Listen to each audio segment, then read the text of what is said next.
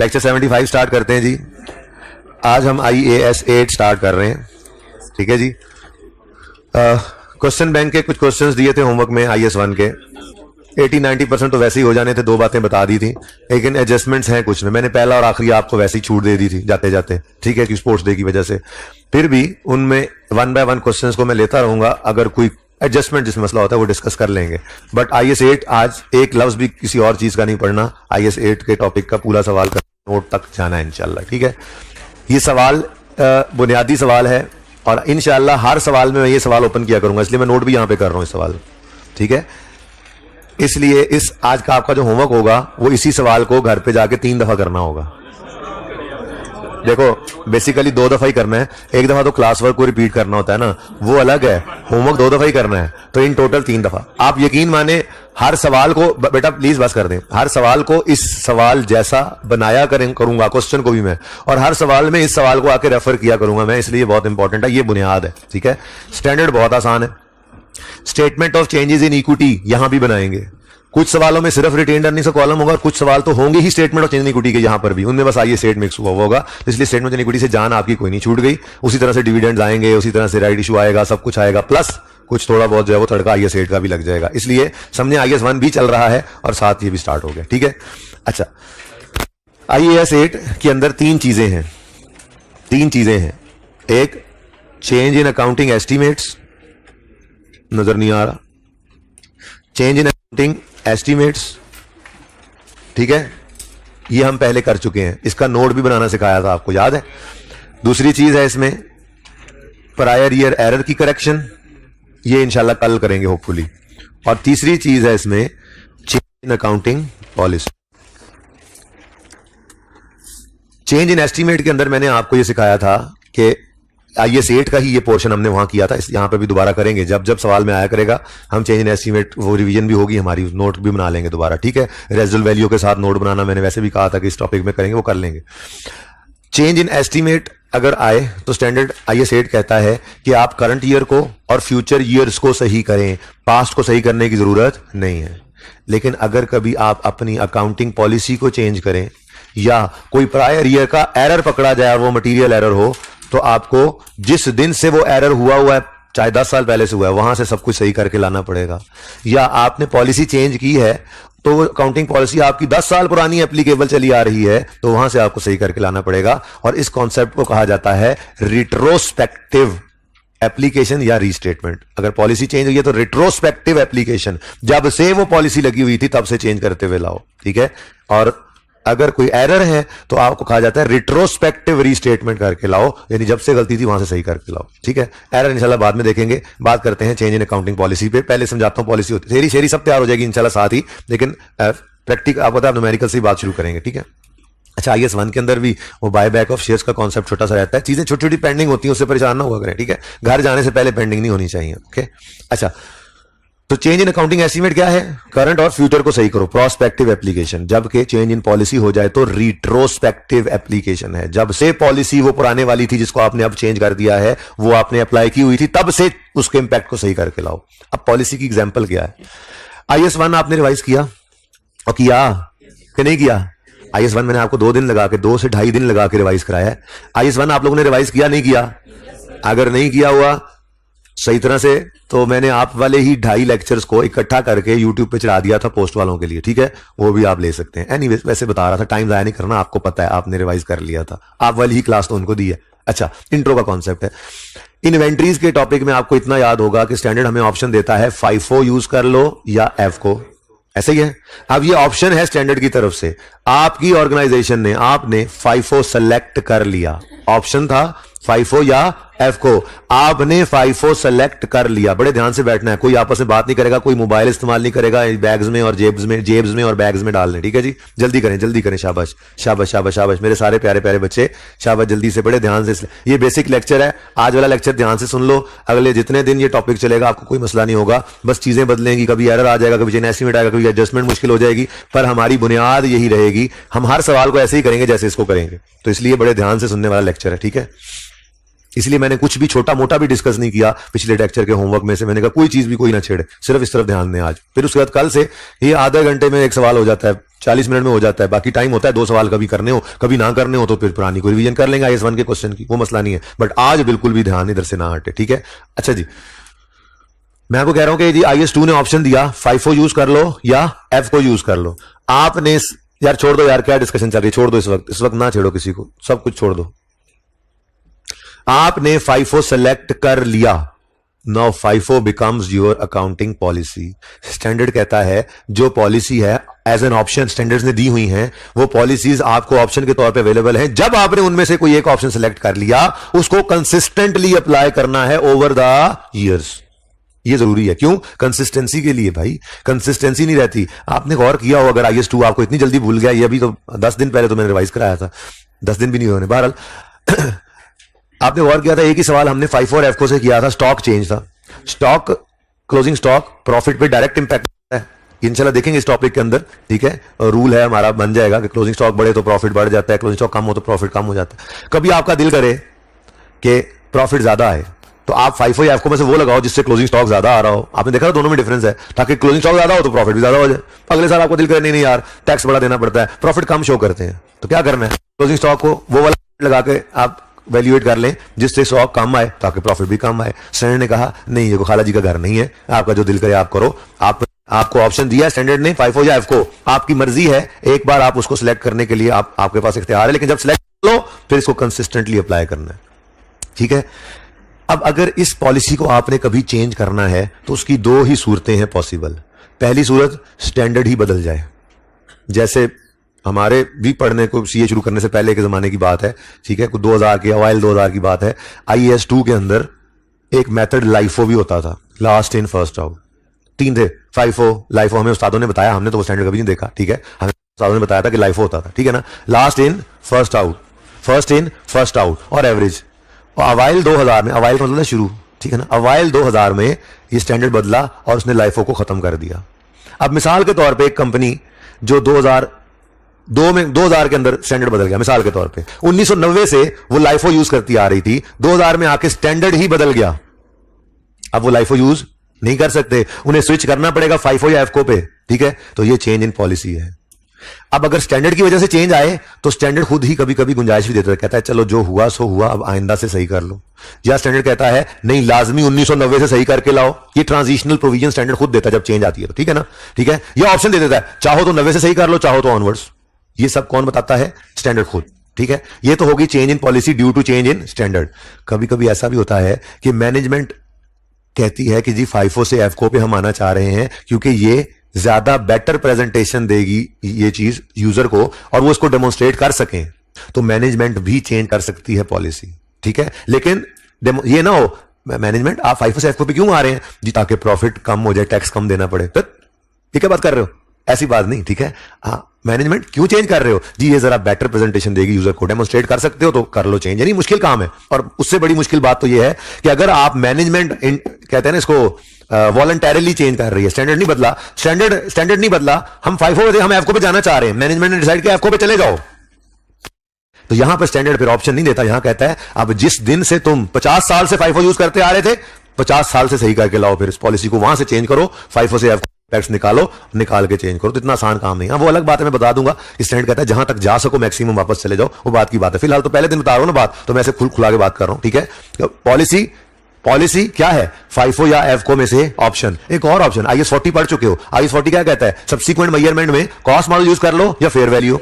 आपने cost model select कर लिया, चला रहे थे, आपने सोचा फेयर वैल्यू पे चलते हैं। Now this is change in accounting policy, this is change in accounting policy. तो स्टैंडर्ड क्या कहता है? ये तुमने अपनी मर्जी से किया है, हम तो IAS 40 चेंज नहीं हुए, ठीक है, तुमने अपनी मर्जी से किया है। तो जब से तुमने ये इन्वेस्टमेंट प्रॉपर्टी खरीदी थी, 5 साल पहले खरीदी थी, 5 साल से कॉस्ट पे ला रहे थे, इंपैक्ट्स निकालो, वहां से ही फेयर वैल्यू वाली एडजस्टमेंट्स करके लाओ, पिछले 5 साल को भी सही, रिट्रोस्पेक्टिव एप्लीकेशन। बात समझे हो? तो एरर को कल देखेंगे, फिलहाल चेंज इन पॉलिसी भी अब डिस्कशन करते हैं, ठीक है। तो अकाउंटिंग पॉलिसी सिलेक्शन के वक्त स्टैंडर्ड ऑप्शन दे देता है, आपने सिलेक्ट कर लिया, ये आपकी अकाउंटिंग पॉलिसी बन गई। अब स्टैंडर्ड कहता है इसको कंसिस्टेंटली अप्लाई करो। अगर चेंज कर सकते हो तो 2 ही सूरतें हैं, पहली स्टैंडर्ड ही बदल जाए, उसमें नॉर्मली स्टैंडर्ड खुद बता देता है कि क्या करना है, ठीक है, रेट्रोस्पेक्टिवली करना है या माफी है। लेकिन अगर वॉलंटरली चेंज किया आपने, फिर आप फंस गए हो, ठीक है, फिर आपको लाजिम है कि जिस दिन से वो पॉलिसी अप्लाइड है उस दिन से चेंज करके लाओ फिगर्स को, एक्सपेंस बढ़ता है या कम होता है, एसेट बढ़ता है या कम होता है, अभी करके देखते हैं। ठीक हो गया, ये बात समझ आई है? इसको क्या कहते हैं जी? Retrospective application. अच्छा जी,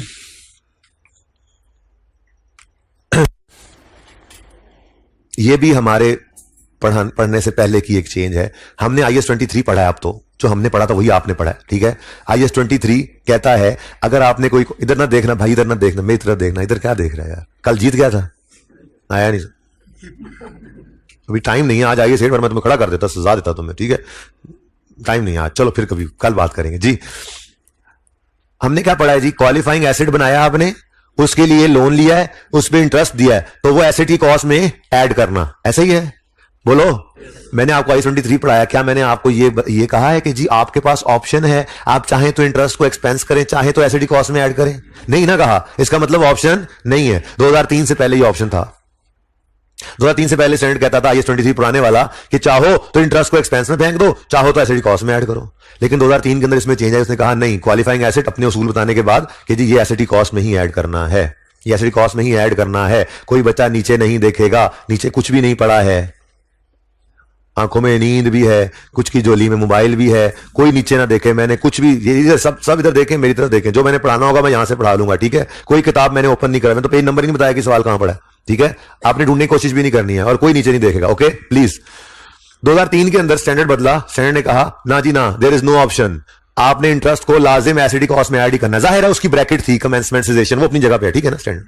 अब हमारे सवाल के अंदर भी यही हुआ, 2003 में स्टैंडर्ड बदला और उन्होंने कहा इंटरेस्ट को एसिड कॉस्ट में ऐड करना है। पहले ये कंपनी एक्सपेंस आउट कर रही थी, ट्रांजिशनल प्रोविजन में इसने कहा चाहो तो प्रोस्पेक्टिव करो, चाहो तो रिट्रोस्पेक्टिव, आपको हम ऑप्शन देते हैं। लेकिन हमारी कंपनी अगर प्रोस्पेक्टिव कर लेती तो हम ये वाला सवाल आज ना कर रहे होते। तो हमारी इस कंपनी ने, इस मोहतरम कंपनी ने कहा हम तो अर्लीस्ट पॉसिबल डेट तक वापस जाएंगे, ठीक है, जितने तक वापस जा सके, और वहां से अप्लाई करके लाएंगे इसको चेंज करके। ये कहानी इस पूरे पैरा के अंदर लिखी हुई है, जरा पढ़िए। ड्यूरिंग 2003 जी, during 2003 a revised IFRS on borrowing cost was published. The company had previously been expensing borrowing costs as a period cost, expense बना रहे थे पीरियड कॉस्ट, ठीक है। पीरियड कॉस्ट मतलब क्या है? किसी एक पीरियड को एक्सपेंस जब बनाते हैं प्रॉफिट लॉस में सारे का सारा उसमें फेंक देते हैं, और जब एसेट कॉस्ट में ऐड करते हैं तो आहिस्ता आहिस्ता एक्सपेंस आउट होता है, 10 साल 5 साल जितनी लाइफ हो, ठीक है ना। तो क्या कह रहे हैं? Had previously been expensing borrowing cost as a period cost, but the revised IFRS required that all borrowing cost be capitalized to the related asset. ठीक है जी। अब ये तो उसने कह दिया, लेकिन इस स्टैंडर्ड ने ट्रांजिशनल प्रोविजन क्या दी? The borrowing cost for all incurred on construction, अच्छा ये बीच में ऐसी लाइन आ गई, द प्लांट बना रहे हैं वो, ये कह रहे हैं the revised IFRS provided transitional provisions that allowed the company to capitalize the cost from year beginning on और after 2004। वो कहता है अगर अब 2004 से कर लेना मर्जी है, और before this date if preferred, लेकिन अगर प्रेफर करो तो इससे पहले भी कर सकते हो। अब यहां पे अगर वो 2004 वाला करते तो हमारा सवाल यहां ना होता फिर, ठीक है ना। यहां सवाल पड़ा तो मतलब समझ जाओ आगे इन्होंने क्या किया होना है, ठीक है। हमारी कमबख्ती के लिए, हमारी मुसीबत के लिए, the entity chooses to capitalise the borrowing cost from the earliest date possible, ठीक है। अब डाटा देगा जाहिर है, ठीक है।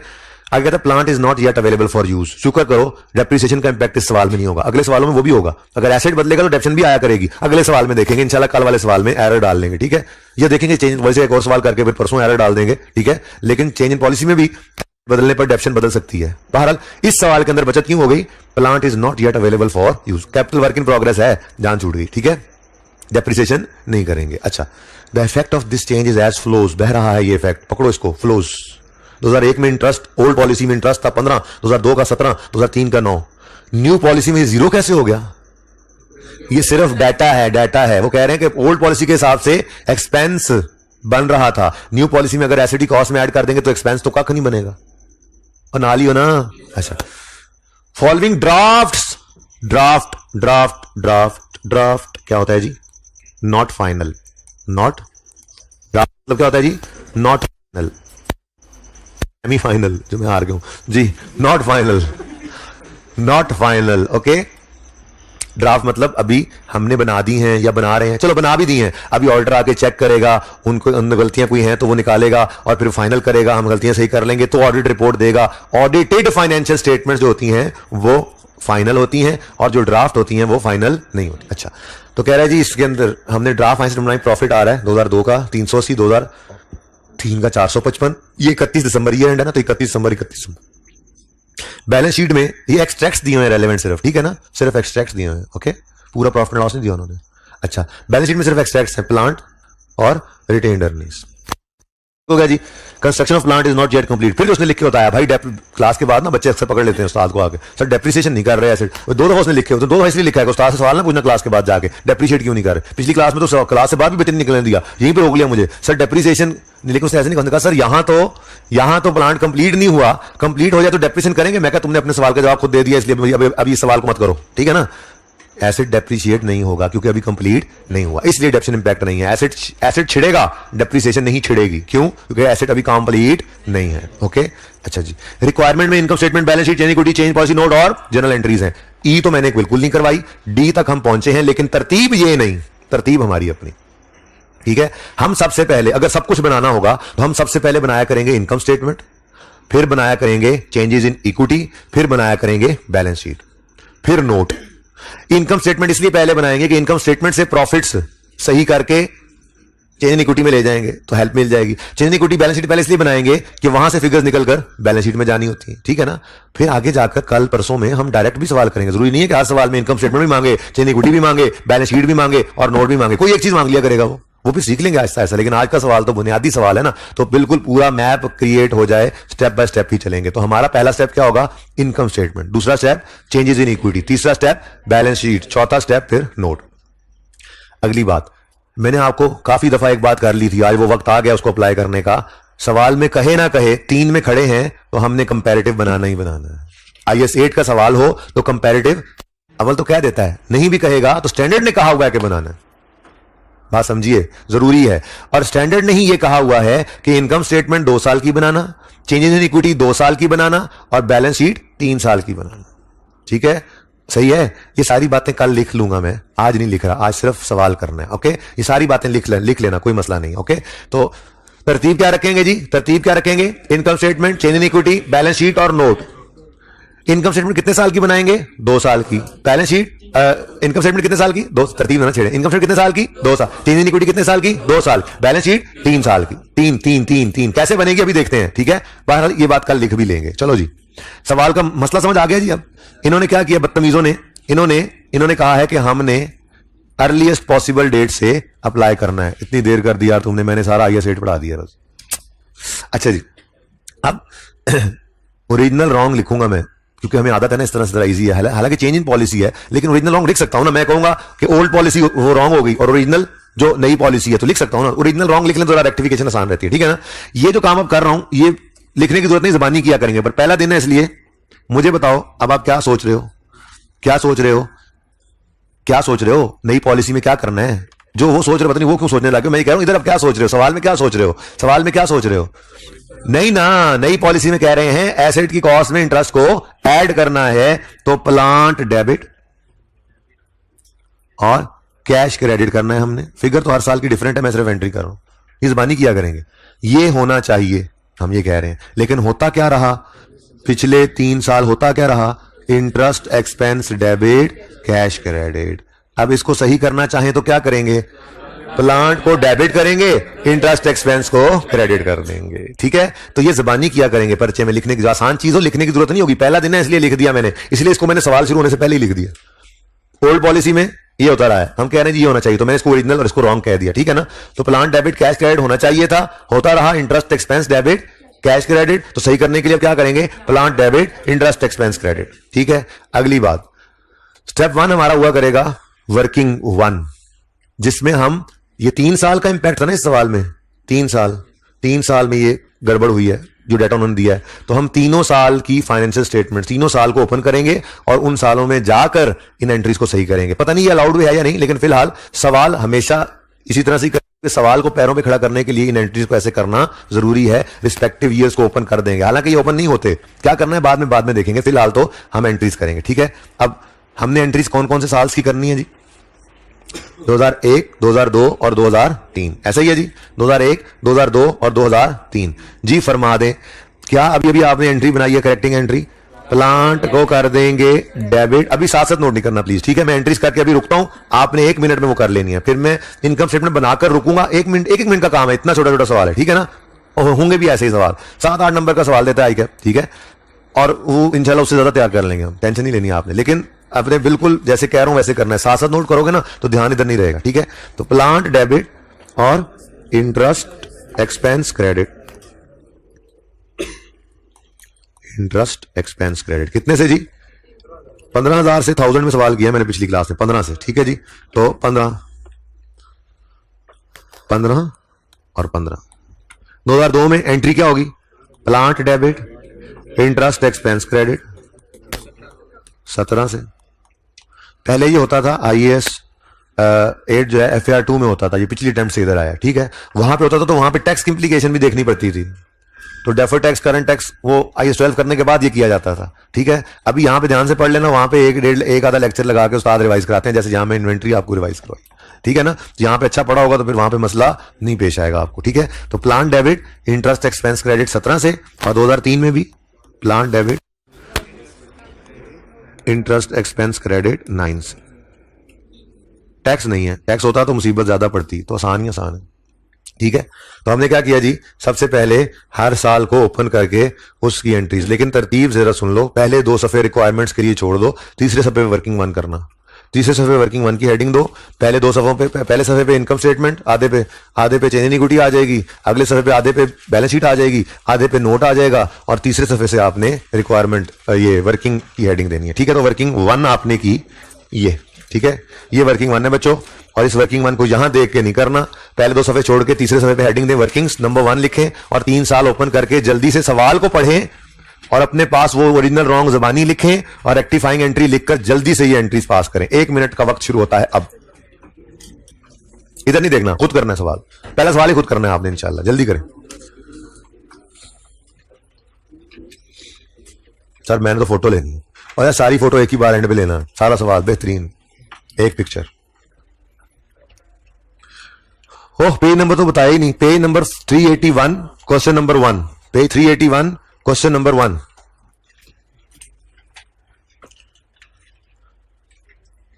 तुमने साथ साथ नोट किया था ना? यार करो ना, प्रैक्टिस है साथ साथ, हैं? अच्छा एक रफ सफा दे दो इसको, उल्टे हाथ से लिख लो, कुछ करो से यार, कोशिश तो करो यार, भाई नहीं है, भाई नहीं, छोटा भाई नहीं, प्लीज यार थोड़ी सी कोशिश कर ले यार, कोशिश कर ले यार। नहीं हम पढ़ेंगे नहीं यार, हम पढ़ेंगे नहीं, इसको सफा दे दो यार। हाँ तो फिर निकालना यार, हम पढ़ेंगे नहीं, हम इसको चेक नहीं करेंगे, पर्चे में नहीं भेजेंगे, ऐसे जैसे खुद को समझ ना आए पर लिखो, हिम्मत करो, फायदा हो जाएगा यार। और यार लिखा ना जाए फिर भी यार को गंद मंद मार दो, बस कर दो कुछ।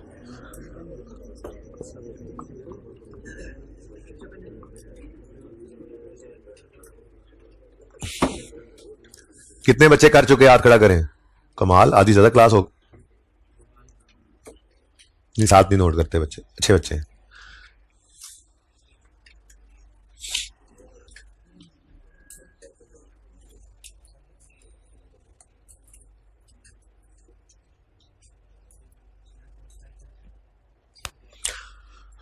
कितने रह गए हैं बच्चे, जल्दी करें, मैंने 1 मिनट का टाइम दिया था, अभी 1 मिनट के बाद जो नहीं होगा वो फिर रुक जाएगा। कौन सा मिटा देना है कुछ, अगली फिर दफा में बाकी नोट करेगा। मेरे दोस्त क्या नाम है तुम्हारा?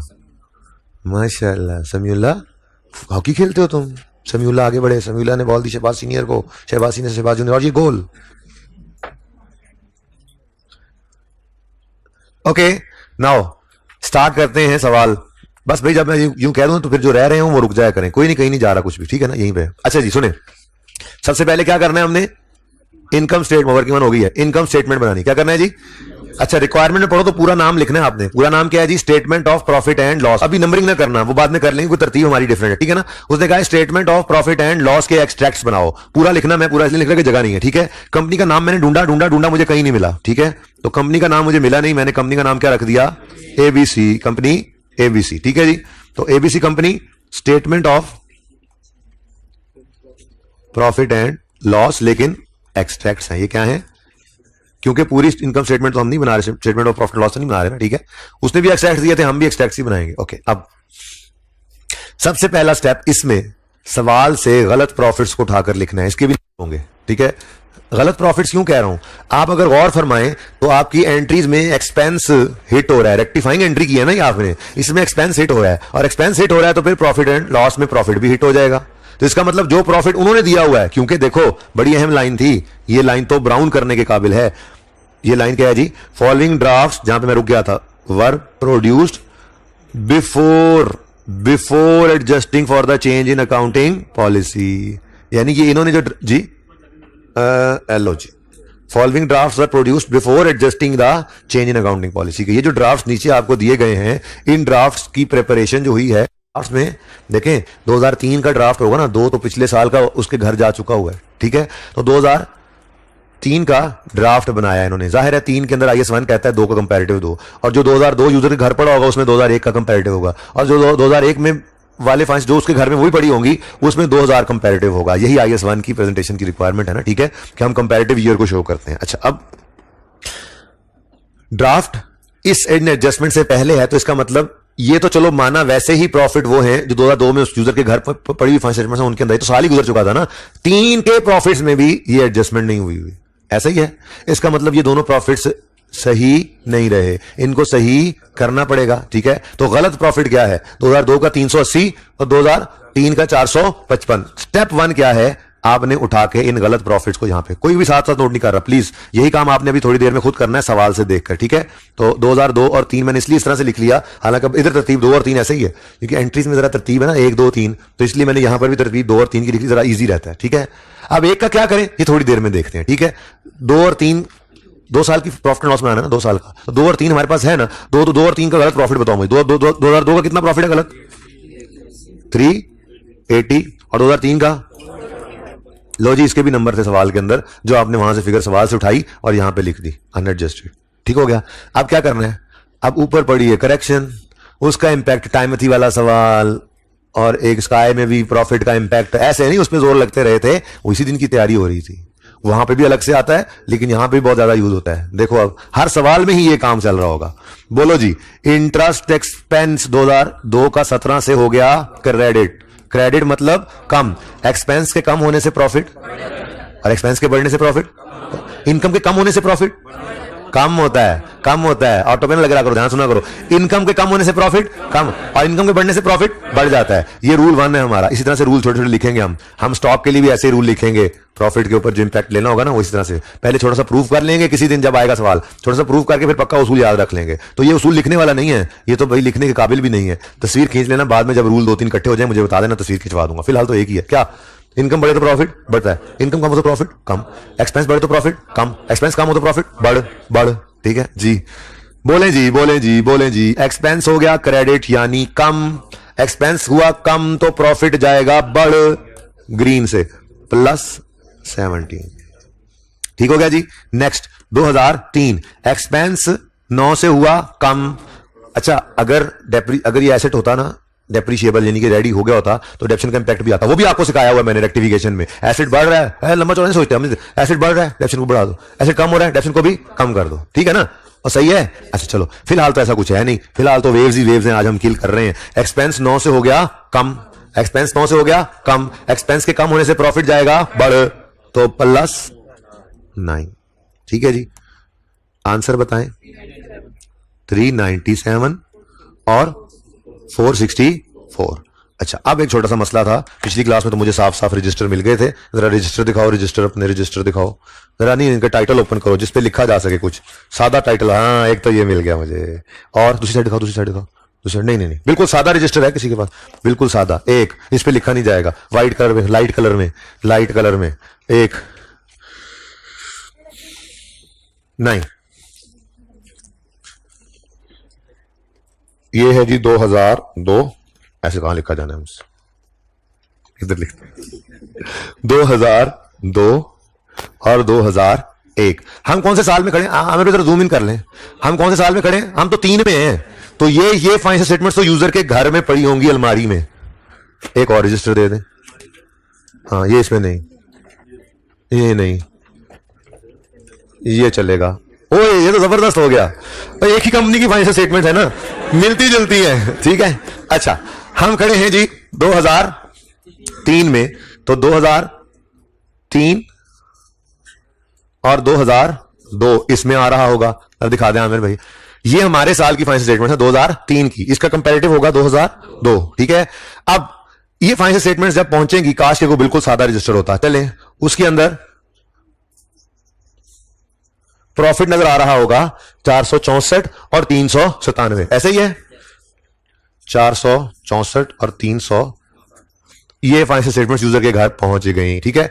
उल्लास से मैंने सरताज और बानो की एग्जांपल दी थी, बच्चों ने पता नहीं वीडियो बना के क्या कर दिया, खैर थोड़ी कम कर लूंगा पर दूंगा वैसे ही, जरा समझ आ जाती, ठीक है। अब जैसे ही ये फाइनेंशियल स्टेटमेंट्स यूजर के पास पहुंची, उसके पास ये 464 का 2003 का नजर आ रहा है, हाइब्रिड वालों क्लियर नजर आ रहा है यार, जूम इन किया हुआ आमिर भाई, पिछली क्लास की तरह से किया है, पक्की बात है।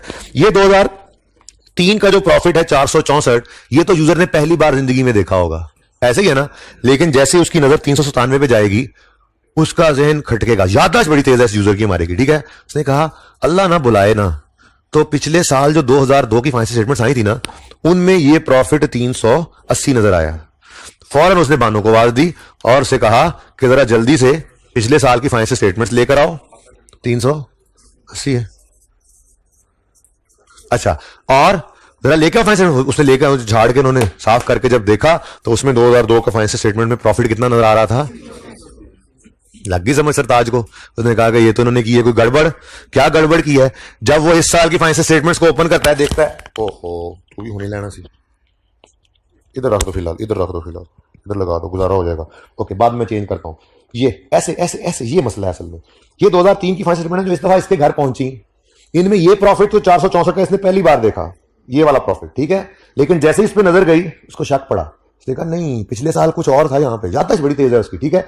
फौरन उसने अलमारी में से ये फाइनेंशियल निकलवाई, उनको झाड़ के जब देखा तो कहने लगा, देखा मैं कहता था ना बानो 380 का प्रॉफिट पिछली बार लिखा था, देखो इन लोगों ने, ये रेड मार्कर खोल के देने, देखो इन लोगों ने क्या कर दिया है, इन्होंने कोई 2 नंबरी की है, मैं जा रहा हूं उनसे लड़ाई करने। तो बानो ने कहा इसके ऊपर सरताज लिखा हुआ है रीस्टेटेड, क्या लिखा हुआ है, रीस्टेटेड, ठीक है, इसको देख लो, बेइज्जत ना होना जाके वहां पे, ठीक है। इसके ऊपर उन्होंने लिखा हुआ है रीस्टेटेड है, ठीक है। ये रीस्टेटेड का लफ्ज बता रहा है कि उन्होंने इसको बदला है, ठीक है। ये बात समझ आई, इसके नंबर होते हैं भाई, इसका एक आध नंबर होता है, ये बताना जरूरी था, इसलिए इतनी कहानी बताई। तो फिर एक बार आखिरी बात सुनो, ये फाइनेंशियल स्टेटमेंट अलमारी में पड़ी, ये फाइनेंशियल स्टेटमेंट्स यूजर को रिसीव हुई, इनके अंदर उसने नहीं सॉरी अलमारी वाली है, ये फाइनेंशियल स्टेटमेंट्स रिसीव हुई, इनमें ये 464 तो पहली बार देखा उसने, ये 397 पर से शक पड़ गया, ऊपर वाली फिगर को उसे पता नहीं था कि ये क्या होती है, उसने देखा ही नहीं, ठीक है। जैसे ही अलमारी से ये निकाल कर उसने कंपेयर किया, उसने कहा हाँ गड़बड़ है, तो उसकी घरवाली से क्या बताया, गड़बड़ नहीं है, जो है चेंज वो उन्होंने ऊपर हेडिंग दी हुई है, अभी थोड़ी देर में क्लास के एंड पे ये लोग नोट भी बनाएंगे, उसमें तुम्हें बताएंगे कि किस किस चीज में चेंज है। सारी फाइनेंशियल स्टेटमेंट तो नहीं बदलेगी, कुछ जगह बदलेंगी, जैसे प्रॉफिट की फिगर बदल गई या इंटरेस्ट एक्सपेंस की बदल गई या आगे प्लान बदल रहा होगा, तो वो बता देंगे तुम्हें कहां चेंज आई है, पर इसमें चेंज है, ठीक है जी। किस किसका रजिस्टर था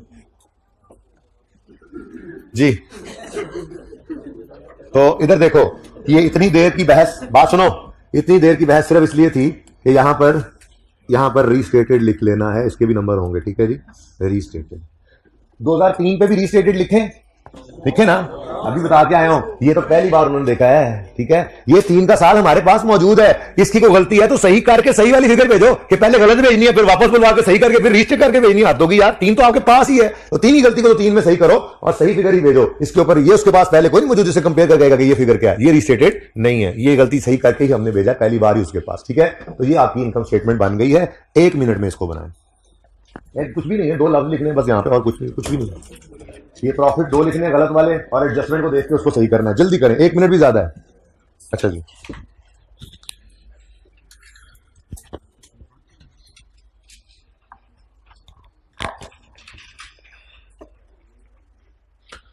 शाबाश, जल्दी जल्दी जल्दी जल्दी, इधर नहीं देखना सवाल नकला कर दो।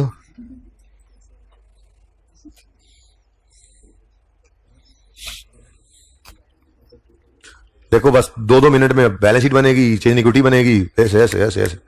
चेंज इक्विटी में 3-4 मिनट शायद, मुझे समझाते हुए 5 मिनट सोचा मैंने है, हो सकता है 10 भी लग जाए, बहरहाल जल्दी करें।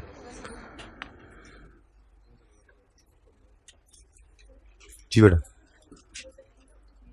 हाँ बेटा चेंज हुआ है। क्यों, उसको पहले पता है कि ये कितना होना था, ये हमने चेंज करके इतना किया है। ड्राफ्ट का मतलब क्या है, अभी हमारे पास ही पड़ी है फाइनेंशियल स्टेटमेंट, यूजर के पास तो नहीं गई है ना। तो बहुत सारी चीजें ऐसी होती हैं जो हम इस साल की गड़बड़ हो गया सही करके जो फिगर सही कर दी, तो उसमें क्या रीस्टेट किया आपने। रीस्टेट तो उसको कहते हैं कि पहले कुछ और स्टेट किया था, अब रीस्टेट किया। तो स्टेट ही पहली बार किया है, ये रीस्टेट नहीं किया, ये स्टेट किया है और ये रीस्टेट किया। क्योंकि ये अभी वो अलमारी वाली फाइनेंशियल स्टेटमेंट में देख चुके 380 आया था, वो पहले स्टेट किया था, उसको रीस्टेट किया। जी डन। कितने बच्चे अभी भी कर रहे हैं? ओके जी, next is statement of changes in equity. लेकिन इसके अंदर भी आज क्या है हमारे पास, सिर्फ रिटेन्ड अर्निंग्स का कॉलम। उसकी वजह क्या है, इन्होंने क्या किया है, इन्होंने फाइनेंशियल पोजीशन में क्या दिया, एक्सट्रैक्ट्स, और उनमें इक्विटी के अंदर सिर्फ क्या बताया है, रिटेन्ड अर्निंग्स। तो फिर हम कोई और ना शेयर कैपिटल दिया हुआ है, ना शेयर प्रीमियम है, ना कोई रिवेल सरप्लस है, सिर्फ क्या गिवन है। अच्छा, पूरे सवाल भी आएंगे सिर्फ इक्विटी के अंदर, वो फिर शेयर कैपिटल भी देगा, शेयर प्रीमियम भी देगा, सरप्लस भी देगा, रिटेन अर्निंग भी देगा, ये सेट भी मिक्स कराएगा। तो उसमें फिर सिर्फ चेंज इन इक्विटी बना रहे होंगे और कॉलमनर फॉर्म में वैसे जैसे बनानी सीखी है बनाएंगे, ठीक है ना। आगे सेट आज सिखा दूंगा, फिर उसको अप्लाई कर लेंगे, वहां पर कोई मसला नहीं, ठीक है। अच्छा, अब statement of change in equity बनानी है 2 साल की। कितने साल की जी? 2 साल की। जाहिर है 2 साल क्या होगा, 3 में खड़े हैं तो 2 और 3। बनाने का तरीका आपको मैंने पहले बताया था, पर 1 साल के लिए बताया था। ये ऐसे बताया था आपको, यूं समझ लें ऐसे। क्या कहा था आपको, ये पहला सवाल जो पास पेपर किया था, मैंने कहा स्टेटमेंट इक्विटी में 31 दिसंबर 2003 है, तो 2003 को, अच्छा सॉरी 2003 को इधर लिखो, एंड पे, अब तो 2 साल की बना रहे हैं, ठीक है। 2003 को इधर लिखो और फिर ओपनिंग आ जाएगा। अब जब हमने 2 साल की बनानी है तो इसका तरीका क्या होगा, हमने स्टेटमेंट इक्विटी हेडिंग देके फॉर द ईयर 31 दिसंबर 3 लिखना है। उसके बाद क्या करना है, ओपनिंग क्लोजिंग ये लिख लेना, ठीक है। आज पहला दिन है, कोई डिविडेंड शिविडेंड नहीं है। जाग जा मेरे दोस्त, जाग जा यार, आज नहीं सोना, आज सो गया तो फिर सो गया, ठीक है। जरा निकलो ना यहां से, तो थोड़ा रास्ता दो। नहीं ना, रास्ता ले ले रास्ता, फायदा हो जाएगा तुझे, फायदा हो जाएगा। थोड़ी देर पीछे चला जा, जल्दी कर मेरे पास इतना टाइम नहीं है बेटा, जल्दी कर। रजिस्टर पकड़, शाबाश में बच्चे, इसको रास्ता तो जल्दी से पीछे जाके 1 मिनट खड़े हो जाओ, फिर उसके बाद वहीं बैठ जाना, फिर दोबारा खड़े हो जाना 2 मिनट बाद में कहूंगा। तो जल्दी करो वैसे, जल्दी कर, उड़ के चला जाओ। उड़ने वाला बटन खराब है, बैठ जाओ। अच्छा जी, यहीं कहीं भाई इसको जगह दे दो भाई, यहीं कहीं पे दे दो। ये पठान के साथ बैठो, अगली सीट पे, इससे अगली सीट पे बैठो। नहीं, इसको साइड पे करो, इसको अगले वाले टोपी वाले भाई को साइड पे करो, इसको अंदर हो जा। चलो, ये 2 मिनट तुमने मेरे जाया किए। अच्छा सुनो, 31 दिसंबर 2003 की स्टेटमेंट इक्विटी बनानी है, तो पहले लिखोगे ओपनिंग क्लोजिंग। क्या लिखोगे जी पहले, ओपनिंग क्लोजिंग लिख लिया। उसके बाद अगला स्टेप क्या होगा, सबसे पहले उस ऊपर वाली डेट को यहां सबसे एंड वाले क्लोजिंग पे लिखोगे, 31 दिसंबर 2003। तो फिर ये क्लोजिंग किस दिन का होगा, ये तरतीब देख लो, ये आसानी के लिए तरतीबें हैं, ठीक है। 31 दिसंबर 2002, तो फिर ये क्या होगा, 31 दिसंबर 1 भी लिख सकते हो, 1 जनवरी 2 भी लिख सकते हो, आपकी अपनी मर्जी है, जो मर्जी लिख लो, दोनों ही ठीक है। बात समझे हो? एक बार फिर देखो, ये क्योंकि आपने भी खुद नोट करना है ना, खुद करना है सवाल, ठीक है। ये देखो क्या किया जी आपने, फॉर द ईयर 31 दिसंबर 3 लिखा, ओपनिंग क्लोजिंग लिखकर वो ऊपर वाली डेट को उठा के इधर एंड पे ले दिया, 31 दिसंबर 3। तो फिर ये क्या बन गया, 31 दिसंबर 2, और ये बन गया 31 दिसंबर 1 या 1 जनवरी 2, जो मर्जी लिख लो, दोनों ही सही है। यहां तक कोई मसला? अच्छा, अगली बात, 2002 की गलतियों को, अच्छा इससे भी अगली, ये भी तो उसके बाद की बात है। अब मुझे बताओ, इतना तो याद है आपको कि 2 का प्रॉफिट 2 की चेंज इन इक्विटी में आएगा और 3 का प्रॉफिट 3 में, ऐसा ही है ना। तो प्रॉफिट 2002 का, ये देखो, 1 जनवरी 2 से 31 दिसंबर 2 तक, ये चेंज इन इक्विटी 2002 की है ना, और बोलो, और ये अगली चेंज इन इक्विटी 2003 की है। तो प्रॉफिट ऑफ 2 की चेंज इन इक्विटी में आ गया, प्रॉफिट ऑफ 3 की चेंज इन इक्विटी में आ गया, ठीक हो गया। अब अगर 2002 के प्रॉफिट की कोई गलती है तो उसे कहां सही करोगे, 2002 का प्रॉफिट हमारे पास मौजूद है उसमें। 2003 की प्रॉफिट की गलती है तो उसे कहां सही करोगे, 2003 में। बात समझ आ रही है? फिर सुनो, ये 2003 का प्रॉफिट जो है, इसमें कोई गलती है, सही करना होगा तो कहां सही करोगे, यहीं पे। ये 2002 का प्रॉफिट, इसमें कोई गलती है, सही करना होगा तो कहां करोगे, 2 में। इससे पहले भी तो गलती हो सकती है, वो 2001, 2000, 99, 98, 97, 90 से चली आ रही है मिसाल के तौर पे गलती, तो उन गलतियों को सही करना हो तो फिर कहां करेंगे, 2 में नहीं करेंगे। यही तो बात, यही तो सारी गेम है अब यहाँ पे। फिर सुनो, अब आखिरी बार सुनो, अब सही जवाब देना। 3 की गलती को कहां सही करोगे? 3 में। 3 में हमारे पास मौजूद है। 2 की गलती कहां सही करोगे? 2 के प्रॉफिट में हमारे पास 3 के प्रॉफिट में गलती है। पूरा जुमला मैंने नहीं बोला था, फिर बोल रहा हूं। 3 के प्रॉफिट में गलती है तो कहां सही करोगे? मौजूद है 3 का प्रॉफिट, सही करो इसमें। 2 के प्रॉफिट में गलती है तो 2 का प्रॉफिट मौजूद है सामने, देखो मुंह के ऊपर लिखा हुआ है एक्सचेंज इक्विटी के, सही कर लोगे इसको। लेकिन 2001 या 2099, 98, 97 की गलतियां जो हैं उनको सही करने के लिए 2001 या उसके प्रॉफिट्स आपको कहीं नजर आ रहे हैं? नजर नहीं आ रहे। वो कहां पे पड़े होंगे फिर? रिटेन्ड अर्निंग्स के अंदर। तो रिटेन्ड अर्निंग्स का बैलेंस ही आया पड़ा है ना, इसका मतलब है कि हमें उसको फिर ओपनिंग रिटेन्ड अर्निंग्स में सही करना पड़ेगा। ये ओपनिंग पिछले साल क्लोजिंग, इस साल की ओपनिंग बन गई ना, ठीक है। आपको कि सर ये डेट आपने ना सही नहीं लिखी हुई, प्लीज जरा इसको चेंज कर दे, हम हमारे कन्फ्यूज हो रहे हैं। ये लो यार, ये लो यार, अब ओपनिंग है ना, इधर आ गए, 1 जनवरी 2002, ठीक है जी, सही है, बात समझे हो? अच्छा, अब अगर सवाल के अंदर 2003 और 2 की सिर्फ गलती होगी तो फिर ओपनिंग एक ही बार आएगा। लेकिन अगर खुदा ना खास्ता ऐसा हो जाए कि सवाल में 3 और 2 की गलती तो थी ही थी, 1 या उससे पहले की भी गलतियां हैं, तो फिर आपका ये ओपनिंग 2 दफा नजर आएगा, ठीक है। ओपनिंग 2 दफा नजर आएगा, ठीक है जी। जाहिर है ओपनिंग में तो ओपनिंग ही रहना है, लेकिन ऊपर वाला अनएडजस्टेड कहलाएगा और ये एडजस्टेड यानी रीस्टेटेड। और इनके दरमियान क्या चीज हायल होगी? एक लाइन आइटम जिसका नाम हम रखेंगे प्रायर ईयर एडजस्टमेंट। अब इसके अंदर एक साल नहीं है, 2002 से पिछले जितने मर्जी साल हो, प्रॉफिट 10 साल के अंदर कभी प्रॉफिट बढ़ा, कभी कम हुआ, कभी बढ़ा, कभी कम हुआ, सारे इंपैक्ट यहां पे इकट्ठे करके एक ही फिगर में लिख दोगे और ये आपका ओपनिंग एडजस्ट हो जाएगा। अब्दुल शकूर, सो तो नहीं गए थे तुम? हैं? बुक गिरी थी क्या? नींद में गिरी थी? ये जागते गिरी है? खुद गिर गई थी, बदतमीज है बुक। अच्छा जी, ये बात समझ आई? अब आखिरी बार सुनो, ये सबसे मुश्किल बात थी और कुछ मुश्किल नहीं है। क्या स्टेटमेंट इक्विटी बनानी कितने साल की है? 2 साल की। तरीका क्या होगा? ओपनिंग, क्लोजिंग, क्लोजिंग, सबसे ऊपर वाला क्लोजिंग एंड पे लिखोगे और फिर 2 और फिर 1।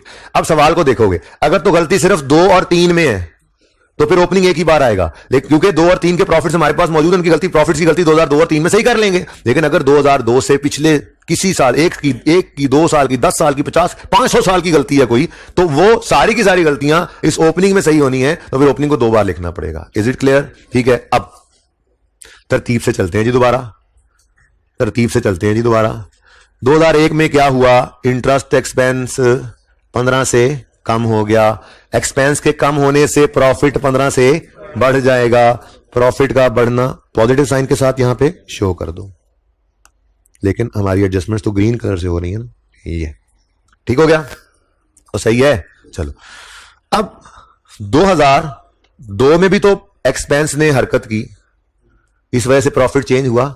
अब सवाल से गलत प्रॉफिट उठाकर लाएंगे और गलत प्रॉफिट को यहां पर लिखेंगे और फिर उसमें 17 को ऐड करेंगे और लोग हमें कहेंगे पागली होए, पागली होए। क्यों? इनकम स्टेटमेंट क्यों पहले बनाई थी? ताकि वहां की गलतियां सही होकर सही वाले प्रॉफिट्स आगे ले जा सके। हां, कल को अगर profit and loss account required नहीं होगा तो ये काम डायरेक्ट यहां पे करेंगे 380 जमा 17। लेकिन आज भाई साहब हमें प्रॉफिट्स की फिगर अवेलेबल है इनकम स्टेटमेंट से सही वाली, तो सही वाली इनकम स्टेटमेंट से फिगर्स उठाओगे। 2002 का प्रॉफिट 397 है और 2003 का प्रॉफिट 464 है। ये बात समझे हो? ठीक है, लेकिन एक चीज तो आप भूल ही गए, ये 397 की फिगर जो है ये तो रीस्टेटेड है कि नहीं है? ये रीस्टेटेड है, उधर रीस्टेटेड है तो यहां भी रीस्टेटेड है भाई, ये फिगर तो रीस्टेटेड है। यहां तक कोई मसला? अब बस आपने क्या करना है, इस स्टेटमेंट से इक्विटी का स्टार्टिंग पॉइंट सवाल से ढूंढना है जाके। स्टार्टिंग पॉइंट क्या है इसका? 1 जनवरी 2 का रिटेन्ड अर्निंग्स का बैलेंस। तो सवाल में जाकर आपने देखा तो आपको रिटेन्ड अर्निंग्स 31 दिसंबर 2001 की, 31 दिसंबर 2 की और 3 की मिल रही हैं। हमें कौन सी चाहिए? बस बैलेंस शीट के सवाल करते, ये स्टेटमेंट इक्विटी बनाते हुए फिर आपने इनको कुछ नहीं कहना, इनको इग्नोर करना है। ये स्टार्टिंग पॉइंट सिर्फ पकड़ना है। ये स्टार्टिंग पॉइंट 120 है, इसको ले आएंगे आप यहां पे। बैलेंस ऑन 1 जनवरी 2002 कितना है जी? 120। क्या है जी? ये 120। अब इसमें 15 की एडजस्टमेंट पड़ी तो ये कितना हो गया? 135। अब जैसे ही यूजर, पता है यूजर के पास अलमारी के अंदर 2002 की जो फाइनेंस पड़ी है उनका कंपैरेटिव 2001 आ रहा था ना उसके पास, और बोलो तो ये 120, उसके पास 120 आ रहा है। देखो ये ऑडिटेड है, मैंने आपको कहा कि ये फाइनल है ना, फाइनल। ये देखो 31 दिसंबर 2002 फाइनल ऑडिटेड एक फाइनल ऑडिटेड जा चुकी हुई है, ड्राफ्ट सिर्फ 3 है ना, बोलो।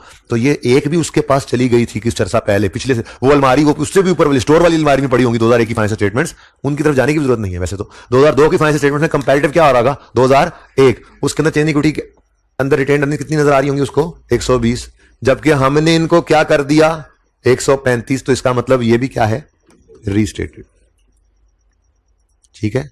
और वैसे तो एक भी चीज रीस्टेट हो जाए तो अगली रीस्टेटेड ही होती हैं, लेकिन बहरहाल हम साथ साथ ही लिख लेंगे। अब सवाल की तरफ नहीं जाना, आपने सही वाली रिटेन अर्निंग्स निकाल ली, बोलो रीस्टेट कर दिया, प्रॉफिट भी सही वाला डाला, तो वो रिटेन अर्निंग सवाल वाली उठाने ना चले जाना। 500 कितनी 500 आ रही हैं, वो नहीं उठानी, वो मैंने काट दी है इसीलिए। बताओ जी इसका टोटल क्या आता है 532, और ये भी क्या है, क्योंकि आप देख लो उसकी फाइनेंशियल स्टेटमेंट्स के अंदर तो 500 आ रहा है, अभी आपने बताया, तो ये क्या है, तो इसमें 3 दफा रीस्टेटेड लिखा हुआ आएगा। अगर पिछले साल की भी गलती है एक या उससे पहले, और अगर ये ना होती तो फिर ये 2 रीस्टेटेड लिखे हुए आने ही आने थे, ठीक है। तो सही है, जरा एक बार जरा रुको प्लीज 1 मिनट के लिए, मैं रीस्टेटेड भी दोबारा लिख दूंगा। चलो जरा एक बार देख लो इसको। ले जी सवाल शुरू करते हैं। अब स्टार्टिंग पॉइंट क्या हुआ करेगा, सवाल से 1 जनवरी 1 की रिटेन अर्निंग्स को ढूंढना। वो सवाल में जाके हमने देखी कितनी आ रही थी 120 से, तरतीब देख लेना जरा, ठीक है। तो हमने यहां लेना है 120, उसके बाद एंट्रीज कर रखी हैं हमने, उनमें देखेंगे कि 2001, 2 और 3 तीनों में ही चेंज आ रही है, ठीक है। 2002 की गलती 2 में सही कर चुके, 3 की गलती 3 में सही कर चुके। इससे पिछले किसी साल का प्रॉफिट हमारे पास अवेलेबल नहीं है, तो उससे पहले जितने मर्जी साल हो उनकी गलती को सही करेंगे इस ओपनिंग में। तो 2001 की गलती 15 से एक्सपेंस का कम होना, उसका इंपैक्ट क्या है, प्रॉफिट ने बढ़ना, वो हमने ओपनिंग में डाल दिया 15। जब इस 120 में 15 ऐड हुआ और ये 135 बना, तो अभी तो आप फाइनेंशियल स्टेटमेंट से 120 उठाकर लाए हैं जो उसके पास पहुंची हुई होगी, तो फिर ये फिगर क्या हो गई रीस्टेटेड। और अगर ये बच्चों अगर ये 15 की एडजस्टमेंट इधर ना पड़ती तो फिर ये रीस्टेटेड ना होता, 120 से ही सवाल शुरू हो रहा होता ना। उसके बाद 2 का प्रॉफिट सही वाला उठाओ, सही निकाल चुके हैं, गलत लिख के सही करना ही था ना, वो तो डायरेक्ट कर रहे होते तो पहले इनकम स्टेटमेंट बना चुके हैं, ठीक है। तो 397, लेकिन इसके साथ क्या लिखोगे रीस्टेटेड के नंबर होते हैं, ठीक है जी। उसके बाद इसका टोटल करो 532, ये 532 भी क्या है रीस्टेटेड, ठीक है जी। यहां तक कोई मसला है तो बताएं। अच्छा उसके बाद अब कंप्लीट तो करा दें। 2003 का प्रॉफिट भी सही निकाल चुके हैं, कितना है 464, लेकिन इस 464 को लिखने के बाद इसके साथ रीस्टेटेड मत लिखना, क्यों, ये तो पहली बार उसको भेजा है, ठीक है। और इसका टोटल ये भी आपने, इसके साथ भी आपने रीस्टेटेड नहीं लिखना। ये जी आपकी statement of change in equity बन गई। 1 मिनट के अंदर बना लें, मुश्किल नहीं है ये भी। अब 2 बार मैंने बनाई है आपके सामने, 1 मिनट मतलब 1 मिनट, खुद बनाओ तो क्या ही बात है, स्वाद आ जाए। फिर आप भी कहें स्वाद आ गया बादशाह, जल्दी करें।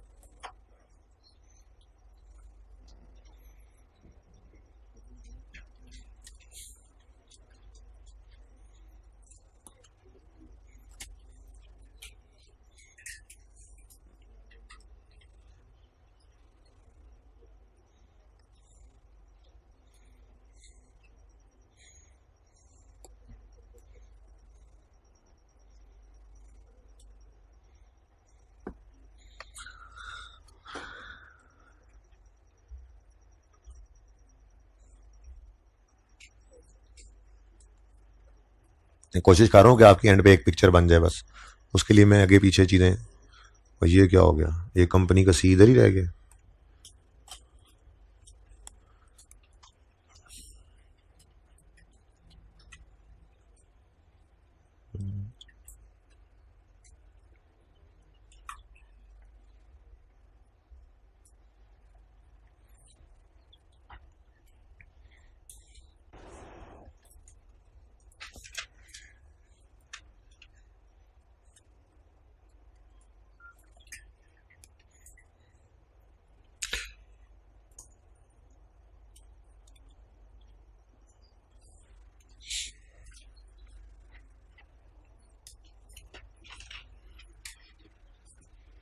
जी कितने बजे कर चुके, वेरी गुड शाबाश। 1 मिनट 1.5 मिनट में किया, बाकी भी करें जल्दी से।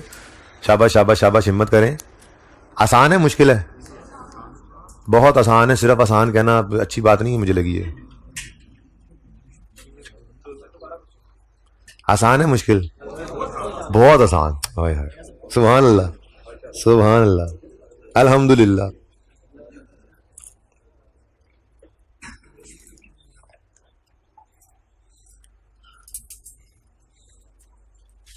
तो इसीलिए मैंने कुछ नोट नहीं किया ना, कि तेजी में ना करे, सुकून सुकून से ठहर ठहर के पहली दफा सवाल करना है। स्टैंडर्ड आज खत्म, टॉपिक खत्म हो जाना है, उसके बाद तो आपको पता है प्रैक्टिस ही होती है। फिर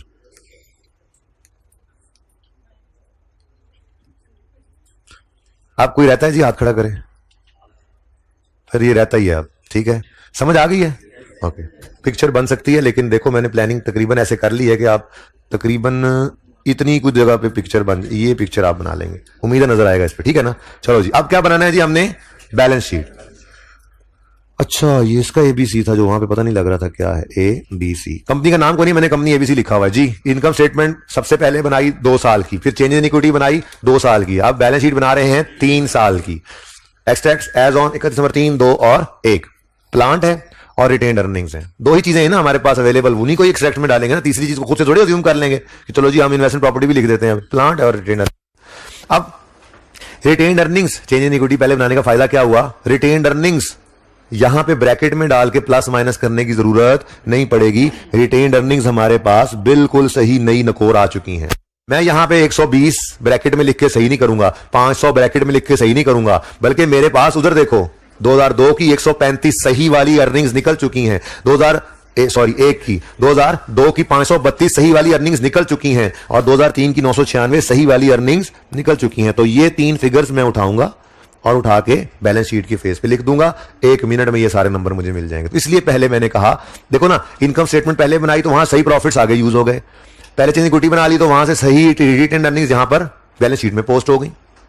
ठीक है, तरतीब समझ रहे हो? लेकिन कभी जरूरी नहीं है कि सारी चीजें आएंगी, कभी कभी वो बैलेंस शीट डायरेक्ट भी मांग लेगा, तो कोई नहीं, फिर यहां पे ब्रैकेट में कर लेंगे। कभी कभी चेंज इक्विटी मांग लेगा, डायरेक्ट प्रॉफिट नहीं बनाएंगे, वो एडजस्टमेंट प्रॉफिट में वो सीखेंगे, लेकिन फिलहाल तो फुल फ्लैज क्वेश्चन है ना। ठीक है, अब सबसे पहले ये मुफ्त के नंबर ले लो, 135, 532 और 996 जी। 135, कि मैंने सवाल इसीलिए आज यहां पर किया है कि जितना हो वहीं पर रोकें, जरा जल्दी नहीं करनी, कल वहीं से शुरू कर लें। ठीक है, लेकिन नोट बन गया था 532 और 996। ठीक है जी, लेकिन भूलना नहीं, उसके पास जो रिटेन्ड अर्निंग्स नजर आ रही है ना, उसकी अलमारी वाली स्टेटमेंट, फाइनेंशियल स्टेटमेंट्स में वो है 120। तो आपने उसको यहां पर इशारा जरूर दे देना है, वरना वो तलवार निकल के चल पड़ेगा। ये रिस्टेटेड है, ये 2002 भी क्या है, ये रिस्टेटेड है। देखो सारी बैलेंस शीट नहीं रीस्टेट हो जाती, अभी नोट में जाके आपको 1 मिनट पता लग जाएगा। अच्छा, वो ये कह रहा था कि 1, 2, 3 ये आइटम बस रीस्टेट हुए, सारी बैलेंस शीट नहीं रीस्टेट, मतलब ये कि इसमें कुछ फिगर्स रीस्टेटेड है, देखनी है कौन कौन सी है तो नोट में जाके देखो। ठीक है, सही है, ओके। प्लांट के लिए जी हमें सबसे पहला स्टेप गलत फिगर सवाल से उठानी पड़ेगी, इसके भी नंबर होते हैं। तो गलत फिगर कितनी है जी? 300, 450 और 500। प्लांट जो बैलेंस शीट में जो उसने बनाकर दी है बैलेंस शीट, उसमें प्लांट कितना कितना आ रहा है जी? 300, 450 और 500। ठीक है जी, अब ये एंट्रीज आपके सामने 2001, ये तो बैलेंस शीट 2001 भी हमारे सामने आ गई ना, हमारे पास है। ठीक है जी, 2001 में अब एसेट साइड को देखना है भाई, एसेट साइड को, पौधा एक एसेट है जी, लेकिन ग्रीन कलर से, एडजस्टमेंट्स ग्रीन कलर से जी। प्लांट 15 से बढ़ गया, किड्डा आसान स्टैंडर्ड। 2 में 17 से बढ़ गया, 3 में 9 से बढ़ गया, सही है। इसमें थोड़ी सी गलती है, अब जरा देख लें ये क्या है, छोटा सा जरा मामला। एज ऑन होती बैलेंस शीट, ठीक है ना। अब जरा देखो एक छोटी सी एग्जांपल से, एग्जांपल क्या, उसने हमें जो बैलेंस शीट दी है उसमें 2001 का कैरी डाउन 300 है, 2002 का कैरी डाउन 450 है और 2003 का कैरी डाउन 500 है। ये उसने बनाकर दी हुई है, इसका मतलब कि उसका कैरी डाउन 300 था तो उसका ब्रॉड डाउन भी 300 था अगले साल का, उसका कैरी डाउन दूसरे साल का 450 था तो उसका ब्रॉड डाउन भी 450 था, सही है ना। अच्छा, अब करेक्शन की बारी आती है। हमने कहा 2001 में 15 से प्लांट को बढ़ा दो, हम गए, हमने 15 से प्लांट को बढ़ा दिया, इधर लिखा 15, ठीक है, और इधर प्लस 15, आंसर क्या आ गया? ठीक हो गया जी, हमारा 315 हो गया। अब बोलो। अच्छा, अब जैसे ही ये 315 हमने यहां लिखा, उसका ब्रॉड डाउन भी खुद ब खुद चेंज हो गया, नहीं हो गया, उसका ब्रॉड डाउन नहीं चेंज हो गया। मैं वैसे कह रहा हूं, ठीक है, हमने ये जब 15 प्लस किया, क्लोजिंग तो सही हो गया, क्या हमारा ये क्लोजिंग सही करने से उसके लेजर में बना हुआ ओपनिंग भी सही हो गया होगा जिससे उस 450 निकाला था? नहीं है जी, ऐसा तो कुछ नहीं है। बात समझे हो? इसका मतलब ये 15 जो हमने इधर ऐड किया, ये ऑटोमेटिकली अगले साल के ओपनिंग में उसने ऐड नहीं कर लेना, ये तो हमने सही किया है। तो सबसे पहला काम क्या करना पड़ेगा आपको, ये +15 इधर लिखना पड़ेगा। 300 में प्लस किया, 315 गया, क्या ये 315 आगे चला गया? नहीं ना गया, तो फिर ये 450 में आ जाएगा। नहीं, खुद ब खुद आ जाएगा, तो लिखना पड़ेगा ना भाई, ये कह रहा हूं कि लिखना पड़ेगा। बात समझो, ये इस क्लोजिंग 315 से ओपनिंग 315 नहीं लिख लिया उसने, ये 450 आपने उसकी बैलेंस शीट से उठाया है, जिस बैलेंस शीट का उसने 300 के ओपनिंग से बनाया था। आपने ये 15 जब क्लोजिंग में ऐड किया ना, तो ये उसकी ओपनिंग में खुद ब खुद ऐड नहीं हो गया। यानी ये 15 अगर आपने इधर ऐड किया तो इसको इधर भी ऐड करना पड़ेगा और इसको खैर से इधर भी ऐड करना पड़ेगा। ठीक है, सही है। अच्छा, उसके बाद अब 2016 की अपनी गलती है, वो क्या है, 16 की 17 से को बढ़ाओ। ये 17 से आपने बढ़ाया, ये क्लोजिंग 17 से बढ़ गया। आंसर क्या आया? ये क्या 482 उसके ओपनिंग 450 को भी बदल देगा? आप समझो, तो इसका मतलब ये 17 अगले साल भी आपको ऐड करना पड़ेगा। ठीक है, अब अगले साल आखिरी की एंट्री क्या है, 9 से बढ़ा लो, ये 9 इधर बढ़ा लो, तो आपका आंसर आ जाएगा 5।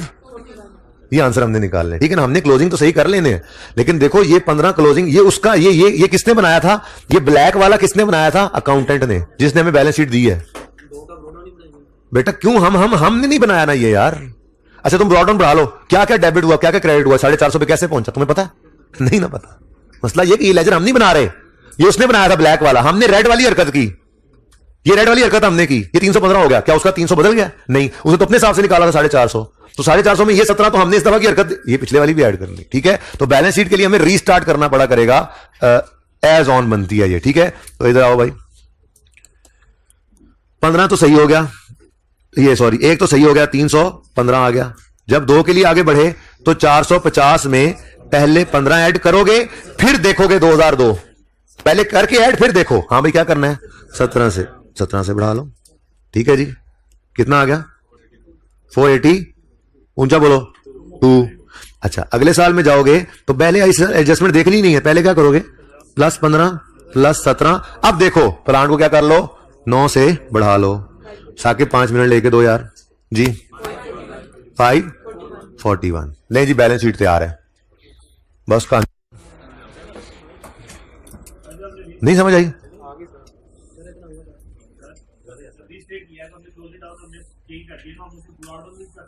यार तुमने क्या वो बनाई है financial statements?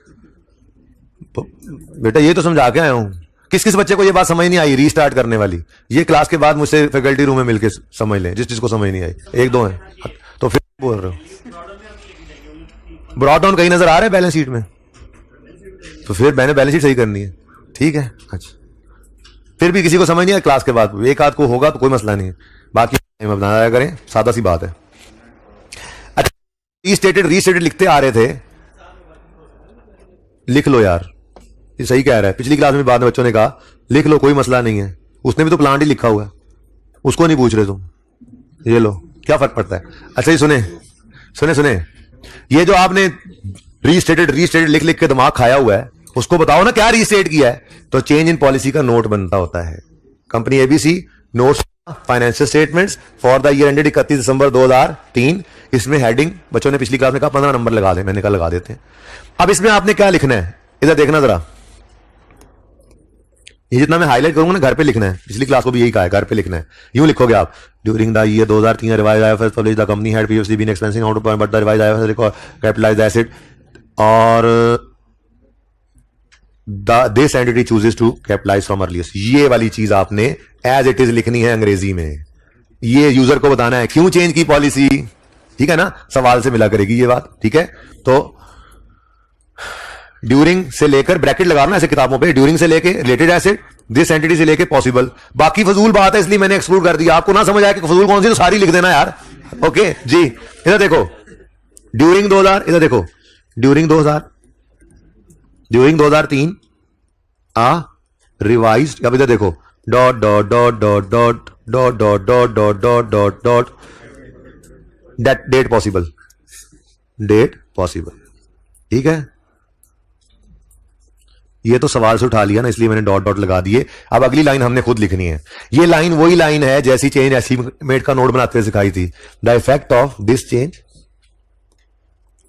The effect of this change on relevant line items of, पूरा लिखना है FS, financial statements are as follows. और इनकम स्टेटमेंट आप एंट्रीज को देखते आ रहे हो, देख लो। आप जब एंट्रीज के ऊपर नजर डालते हो तो आपको नजर आता है एक इंटरेस्ट एक्सपेंस हिट हो रहा है और दूसरा प्लांट हिट हो रहा है, यानी एक इनकम स्टेटमेंट का आइटम हिट हो रहा है और दूसरा बैलेंस शीट का।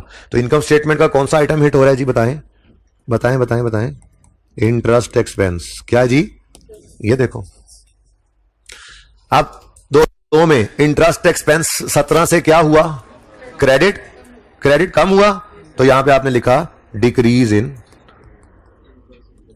कितने से जी, 17 से। 2003 में इंटरेस्ट एक्सपेंस 9 से क्रेडिट हुआ यानी कम, तो डिक्रीज इन। अच्छा, अगर इस साल इंक्रीज आ जाता एक्सपेंस में तो अगली लाइन में प्लस माइनस नहीं करना, बिल्कुल नहीं करना, अगली लाइन में लिख देते increase in interest expense, plus minus show नहीं करना, ऐसे कंफ्यूज करता है, ठीक है ना। ये डन जी। इसके साथ एक चीज है फरमाइशी, स्टैंडर्ड की फरमाइश है कि मुझे प्रॉफिट के ऊपर भी इंपैक्ट बता दो। हमने कहा इसके लिए तो हम कहीं भी नहीं जाएंगे, हम यहीं से देखेंगे। एक्सपेंस क्या हुआ 17 से कम, तो प्रॉफिट फिर क्या हुआ 17 से बढ़, ऐसे ही। एक्सपेंस क्या हुआ 9 से कम, तो प्रॉफिट क्या हुआ 9 से बढ़। आप समझ आइए, आपको जब रीस्टेटेड लिखा हुआ देखेगा ना इनकम स्टेटमेंट पे तो नोट की तरफ आएगा, आप कहोगे ये हुआ था, इसका इंपैक्ट इंटरेस्ट पे पड़ा इतना और प्रॉफिट पे पड़ा इतना। आप जाओ अपनी फाइनेंशियल स्टेटमेंट से मैच करके देख लो, यही फर्क है। बात समझे हो। ऐसे ही बैलेंस शीट है, बैलेंस शीट के अंदर क्या चीज है जी, प्लांट। प्लांट 2000 कितने गया, 2001 में प्लांट 15 से बढ़, तो इंक्रीज इन प्लांट कितने से, 15 से। 2002 में आना है तो भाई एज ऑन, ठीक है, आपने कहना है 15 जमा 17 से बढ़, ऐसे ही है ना, बैलेंस शीट कर रहे हैं, बैलेंस शीट, ठीक है। तो इधर छोटा सा लिख दो, छोटी सी वर्किंग यहां कर दो, 15 जमा 17 कितना, 32 से बढ़, ओके। और 2003 में उसूली तौर पे तो लिखना चाहिए 15 जमा 17 जमा 9, लेकिन मैं थोड़ी सी यहां पे ना रौंदी मार रहा हूं, जरा जगह कम है, कितना जी। यहां पर भी एक फरमाइशी प्रोग्राम है, लेकिन वो मैं कल करवाऊंगा। इसको आपने यहां लिखकर जगह छोड़ देनी है और इस सवाल को आपने इंशाअल्लाह 3 बार करना है, ठीक है। अब मैं तस्वीर बनवाता हूं अच्छी सी एक, और फिर आप जाएं। अल्लाह हाफिज, जिंदगी रही तो कल मिलेंगे, इसलिए मैं नोट भी इतना ही सामने रख रहा हूं जितना आना चाहिए। अल्लाह हाफिज।